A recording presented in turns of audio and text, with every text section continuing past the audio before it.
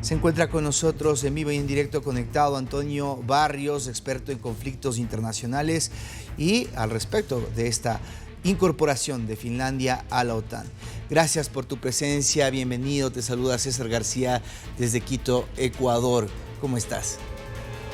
Buenas tardes, don César, muchas gracias por la invitación, un gusto estar en el canal.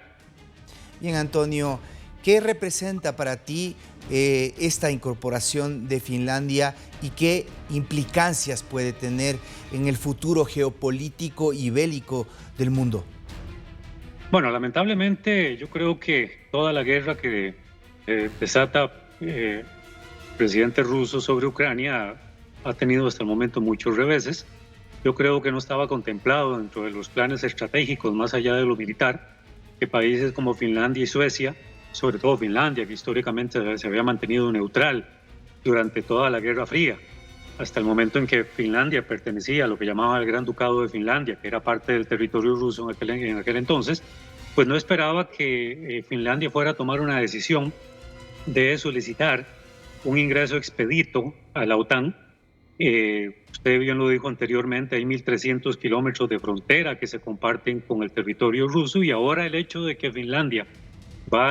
ya es parte de la OTAN y van a haber tropas de la OTAN ya dentro del territorio finlandés, pues definitivamente pone en un aprieto muy serio a Rusia, porque lejos de tener esta situación de guerra en Ucrania, que no va para ningún lado porque lo que realmente hay es un estancamiento, ahora tiene que ver qué va a hacer Rusia respecto a la frontera con Finlandia, si va a haber un acantonamiento de tropas como forma de presión a esta reciente incorporación de Finlandia a la OTAN. Entonces eso podría eventualmente traer que en algunas fronteras se incremente la tensión, como en este caso, por ejemplo, de Finlandia. Entonces todos estos reveses militares y diplomáticos que ha tenido Putin, pues lo ponen realmente en un serio aprieto, que podría eventualmente también implicar que la guerra en Ucrania, digámoslo así como desquite, incremente las acciones militares Putin respecto a una situación de conflicto que igualmente en Ucrania no está logrando controlar. Antonio, ¿cómo tú tienes la lectura respecto a cómo se ha ido transformando con el tiempo la OTAN, que nació unos 4 años posteriores a la Segunda Guerra Mundial con 12 países fundadores y pasó con el tiempo a tener 30? Este es el último país, Finlandia, que se suma. ¿Hay un objetivo o una visión de expansión más allá de la premisa con la cual fue creada la OTAN, que en uno de sus artículos, el más trascendental sin duda alguna, es la activación en el caso de una agresión a uno de sus países miembros para que todos respondan? Sí, bueno, en la Carta Fundacional de la OTAN de 1949, que es cuando en realidad se crea, y en 1955, que se crea la contraparte llamada el Pacto de Varsovia, en el 49, con la fundación de la OTAN, hay 2 artículos que son claves. El artículo 5, que implica un llamado a todos los miembros cuando alguno de los miembros en particular está en conflicto por algún tipo de agresión externa, y el artículo 10, que es lo que empieza a funcionar a partir de 1990, cuando da puerta abierta a una política de puerta abierta para que el que quiera ingresar a la OTAN pues lo haga. Lo que ocurre en 1990 es muy interesante, porque con la unificación de Alemania hay un acuerdo verbal, que esa es la parte, digamos, complicada que Rusia en este momento reclama. Hay un acuerdo verbal que Gorbachev en aquel entonces tiene con el presidente Bush, Bush padre en aquel momento, en donde hay una promesa verbal no escrita, no hay un tratado formal que Rusia, digamos, pueda agarrarse para reclamarle a la OTAN porque se expandió frente a un acuerdo meramente verbal. Es que con la unificación de Alemania, pues simplemente lo que se promete es de que la OTAN no se va a expandir 1 centímetro hacia el este, es decir, se unifica Alemania, las tropas soviéticas se retiran de la parte oriental de Alemania, y hay una promesa de la OTAN de que después de esa unificación alemana y esa incorporación de Alemania dentro de la OTAN, no va a haber ningún tipo de anexión. Entonces, eso va a cambiar conforme pase el tiempo, porque Rusia se va a ver lamentablemente en la década de los 90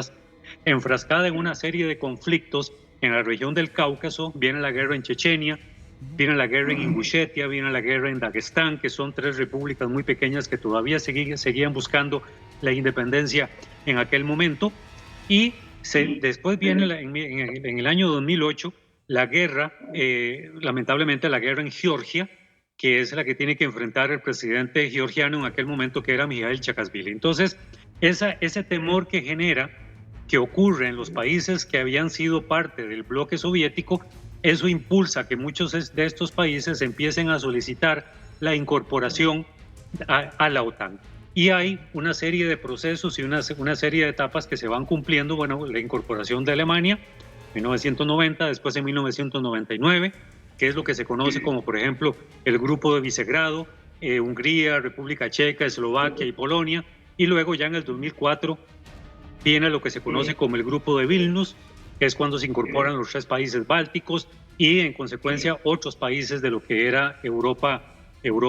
Central. Y posteriormente ya en el 2017 y en el 2020, que el último que entra en el 2020 es Macedonia, después de que logra un acuerdo muy importante con Grecia por el no reclamo de territorios después del colapso de la antigua Yugoslavia. Entonces, este proceso inevitable ha hecho precisamente que Rusia no haya podido detener este proceso de expansión. Y también, pues ya recordemos que siendo Leonid Kuchma el presidente de Ucrania, ya en 1990, 1991, cuando logra Ucrania su independencia, ya habían conversaciones de alguna manera para que Ucrania fuera incorporada a la OTAN. Entonces, esto es algo que definitivamente yo le llamo, en el caso de Ucrania, la última frontera, porque habría que ver si esta guerra en Ucrania va a implicar un triunfo para Rusia de lograr que Ucrania no se incorpore nunca a la OTAN, o si esta guerra la pierde Rusia y va a implicar que Occidente logre incorporar a Ucrania independientemente del nivel de destrucción que Ucrania tenga en este momento. Así que este proceso de ampliación ha sido, digamos, por etapas, de la cual Rusia no ha logrado evitar que nuevos miembros se vayan incorporando cada vez más a este proceso, en donde, como usted bien lo dijo, don César, ya prácticamente con la incorporación de Finlandia son 31 miembros que la OTAN tiene hasta este momento. Antonio, para cerrar, hay movimientos de ajedrez en la diplomacia internacional que buscan ser una salida para este conflicto entre Rusia y Ucrania. Ya vemos la presencia de Macron conversando con Xi Jinping para tratar de alguna forma incentivar el que China se convierta en esa pieza clave por la relación y afinidad que ha venido manteniendo con Rusia. En ese sentido, y para esos esfuerzos, ¿qué representa esta incorporación de Finlandia? Bueno, yo creo que Macron ha sido uno de los presidentes en Francia que ha tenido una dinámica diplomática fuerte. Recordemos que antes de la invasión de Rusia en Ucrania, ya Macron se había estado moviendo para evitar que Rusia invadiera el país. Y sin embargo, bueno, Rusia lleva a cabo la invasión y aún así Macron sigue en una dinámica diplomática tratando de evitar que esto no se extendiera más de la cuenta, y sin embargo Rusia continuó con el proceso de invasión. Han habido evidentemente otros procesos de paz y otros intentos para frenar la guerra, como el que propuso Italia el año pasado, la India también en la persona de su primer ministro Narendra Modi, y también había hecho algunas alocuciones importantes de cómo se podía terminar el conflicto, y el más reciente es el caso de China, en donde China pues ha estado como más activo en este proceso. Ya han habido primeros ministros y presidentes de Europa, a pesar de que Estados Unidos ve con recelo esta iniciativa de China, porque le reclama no haber condenado la guerra en Ucrania y por tanto deslegitima este esfuerzo diplomático. Estos no son momentos, digamos, de recriminaciones en la diplomacia, sino de ver cómo se termina el conflicto en Ucrania. Pero sin embargo, bueno, China sigue, por lo menos desde el ámbito europeo, buscando, digamos, que se acepte esta propuesta de China. Y yo creo que es ahorita meritorio, a un año del conflicto, en donde lo que hay en realidad es un estancamiento y en donde eventualmente podría la situación ponerse peor con el envío de armamento más sofisticado por parte de Occidente. Yo creo que con mucho más razón hoy es muy, muy importante algún tipo de acercamiento. Lo que pasa es que la posición de Zelensky ha sido muy radical. Zelensky es de la posición que no hay negociación con Moscú si Putin no retira las fuerzas, y Putin tampoco es de la posición de retirarse de lo que hasta el momento ha conquistado. Así que ha sido muy complicado desde todo punto de vista que la diplomacia funcione como se hubiera esperado. Gracias, Antonio Barrios, por tu aporte informativo en esta tarde. Con mucho gusto, para servirle, don César.